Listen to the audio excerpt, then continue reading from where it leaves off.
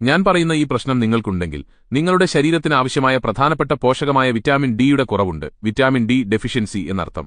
ഇത് എങ്ങനെ പരിഹരിക്കാം എന്നതിനെക്കുറിച്ചാണ് ഈ വീഡിയോയിൽ പറയുന്നത്. നമ്മുടെ ശരീരത്തിന് ആവശ്യമായ പ്രധാനപ്പെട്ട പോഷകമാണ് വിറ്റാമിൻ ഡി.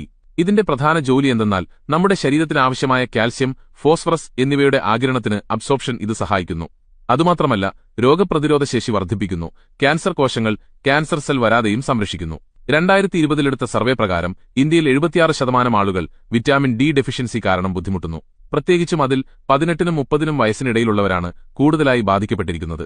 ഇതിന്റെ പ്രധാന കാരണം സൂര്യപ്രകാശത്തിൽ അധികമായി ഏൽക്കാത്തതാണ്. അതുമാത്രമല്ല, കരൾ സംബന്ധമായ പ്രശ്നങ്ങൾ, വൃക്ക സംബന്ധമായ പ്രശ്നങ്ങൾക്ക്, ലിവർ പ്രോബ്ലം, കിഡ്നി പ്രോബ്ലം മരുന്നുകൾ കഴിക്കുന്നവർക്കും വിറ്റാമിൻ ഡി ഡെഫിഷ്യൻസി വരാനുള്ള സാധ്യത കൂടുതലാണ്. ഇതിന്റെ ലക്ഷണങ്ങൾ എന്തെന്നാൽ കോർട്ടിസോൾ എന്ന് പറയുന്ന സ്ട്രെസ് ഹോർമോൺ ഇത് വർദ്ധിപ്പിക്കും. അതുകൊണ്ട് നമ്മൾ എപ്പോഴും ക്ഷീണിതരായിരിക്കും, വെപ്രാളമായിരിക്കും, ഉറക്കമില്ലായ്മ പോലുള്ള പ്രശ്നങ്ങളുണ്ടാക്കും. അതുമാത്രമല്ല, പ്രതിരോധശേഷി കുറവായതുകൊണ്ട് ഇടയ്ക്കിടെ പനി വരുന്നത്, ജലദോഷം, അണുബാധയുണ്ടാകുന്നത്, മുടികൊഴിച്ചിൽ, എല്ലുകൾ ദുർബലമാകുന്നത്, ബോൺ വീക്കാകുന്നത് പോലുള്ള പ്രശ്നങ്ങളുണ്ടാകും. ഇത് പരിഹരിക്കുന്നതിനായി നമ്മുടെ ശരീരത്തിന് ആവശ്യമായ വിറ്റാമിൻ ഡിയെ സൂര്യരശ്മിയിൽ നിന്ന് നമ്മുടെ ശരീരം തന്നെ എടുക്കും. അതിനുവേണ്ടി നമ്മൾ എന്തു ചെയ്യണമെന്ന് വെച്ചാൽ, ദിവസവും രാവിലെ ഇളം വെയിലിൽ 20 മുതൽ 30 മിനിറ്റ് വരെ സൂര്യപ്രകാശമേൽക്കാൻ ശ്രദ്ധിക്കുക. അതോടൊപ്പം മീൻ, പാൽ, മുട്ടയുടെ മഞ്ഞക്കരു, ഓറഞ്ച്, പപ്പായ പോലുള്ള ഭക്ഷണങ്ങളും കഴിച്ചുവരിക. വിറ്റാമിൻ ഡി ഡെഫിഷ്യൻസിയുള്ള നിങ്ങളുടെ സുഹൃത്തുക്കൾക്ക് തീർച്ചയായും ഈ വീഡിയോ ഷെയർ ചെയ്യുക.